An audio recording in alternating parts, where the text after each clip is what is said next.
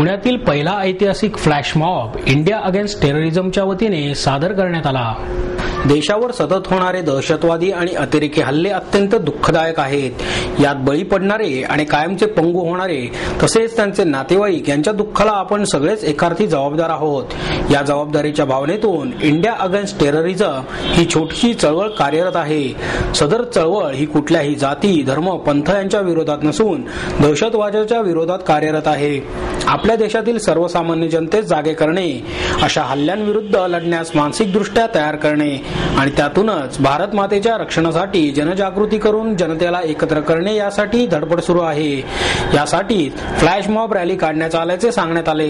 हे सर्व करत असताना सर्वसामान्यांमध्ये मिसळत असताना एक भावना सतत समोर येत असते, ती म्हणजे आपल्या भारत मातेच्या सार्वभौमत्वावर आघात करून लोकांचे प्राण हरण करून हजारोंना अनाथ करणारे, क्रौर्याची परिसीमा गाठणारे अनेक अतिरेकी भ्याड राष्ट्रद्रोही आजही सरकारच्या ताब्यात आहेत।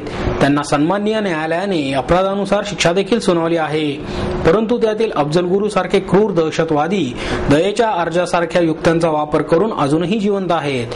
अशा भ्याड क्रूर माणसांना केवळ माणुसकीच्या जाणीवेने जिवंत ठेवणे हास्यास्पद असल्याची अनेक जनसामान्यांची भावना आहे। आपल्याकडे अशीही काही प्रकरणे अनेक वर्षांपासून प्रलंबित पडली आहेत। त्यांच्यावर सर्वोच्च न्यायालयाच्या निर्णयाप्रमाणे निर्णय होणे अभिप्रेत आहे। फाशीच्या शिक्षेविरुद्ध राष्ट्रपतींकडे दया याचनेचे अर्ज प्रलंबित आहेत। सदर अर्ज स्वीकारणे अथवा नाकारणे याचा कालावधी जाहीर करावा, अशी मागणीही यावेळी इंडिया अगेन्स्ट टेररिझमच्या वतीने करण्यात आली।